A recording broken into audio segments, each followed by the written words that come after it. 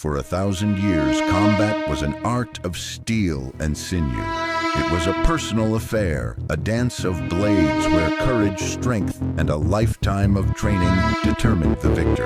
This was the world of the knight. Then a new sound echoed across the battlefield, a vulgar, deafening roar.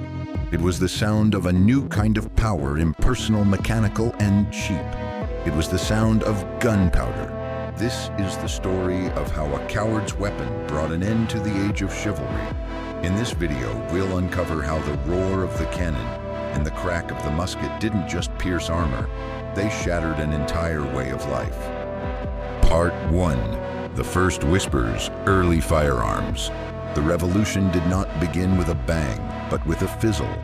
The earliest firearms to appear on European battlefields in the 14th century were crude, unreliable, and almost comical in their ineffectiveness. These were hand cannons, essentially small metal tubes on a wooden stick. They were inaccurate, took a dangerously long time to reload, and had a nasty habit of exploding in the user's face. To a knight encased in his magnificent plate armor, this noisy contraption was a novelty, not a threat. It was a peasant's firework incapable of piercing his hardened steel.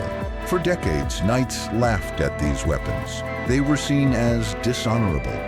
A true warrior met his enemy face to face with skill and courage. Firing a projectile from a distance using a chemical explosion was seen as the act of a low-born coward. They had no idea that this coward's weapon was slowly evolving into their worst nightmare. Part 2. The Great Equalizer, the arquebus. By the late 15th and early 16th centuries, the firearm had evolved. The arquebus had arrived. It was still a clumsy, slow-loading weapon, but it possessed one quality that changed everything: the power to kill a knight. The arquebus could fire a heavy lead ball at a velocity high enough to punch through the thick steel breastplates that had been designed to stop arrows and sword cuts. Suddenly, the knight's greatest asset, his armor, had a critical vulnerability. But the true revolution was social. To become a master longbowman required a lifetime of training to develop immense physical strength. To become a knight required a lifetime of training and a fortune in equipment. To become an arquebusier, you needed a few weeks of drill. Any common man could be taught to load, aim, and fire. This meant kings could raise large armies of effective soldiers quickly and cheaply. Bravery, strength, and a decade of training could now be nullified in an instant by a peasant with a few weeks' practice. The battlefield was being democratized by the most brutal force imaginable technology. Part 3. The End of the Duel. This new reality created a profound crisis for the knightly class. Their entire worldview was based on a code of chivalry and personal honor, often demonstrated through individual combat. How could there be honor in being killed by an anonymous man from 50 yards away, a man you never even saw? The very concept of a heroic charge became suicidal.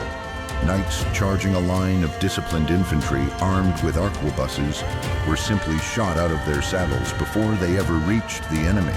The psychological impact was immense. The battlefield was no longer a stage for noble deeds. It had become an impersonal slaughterhouse.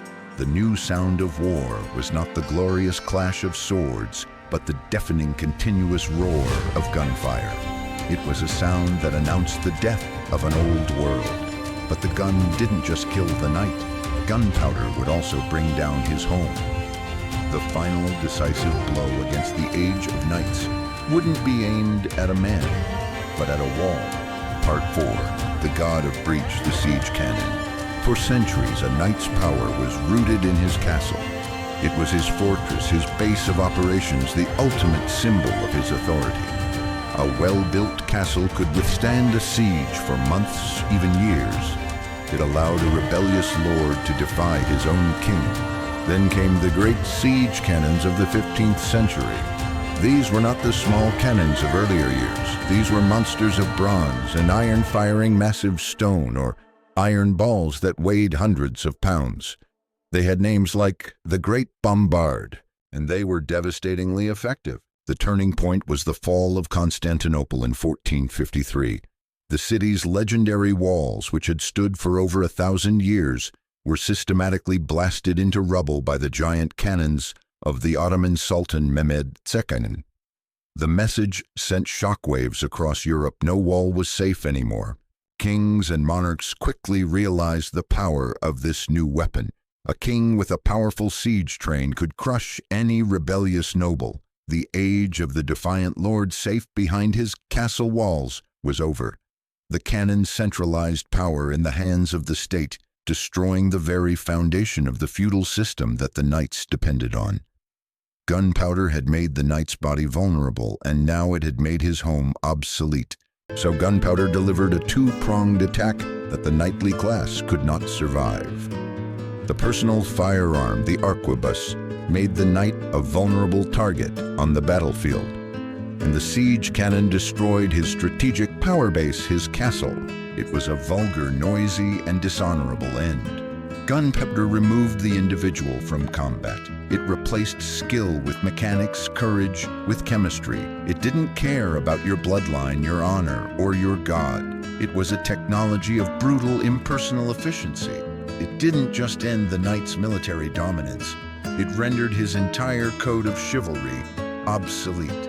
This story of how a simple chemical compound upended an entire social order is a powerful lesson from history. If you believe these pivotal moments deserve to be explored, show your support for our journey by hitting the like button.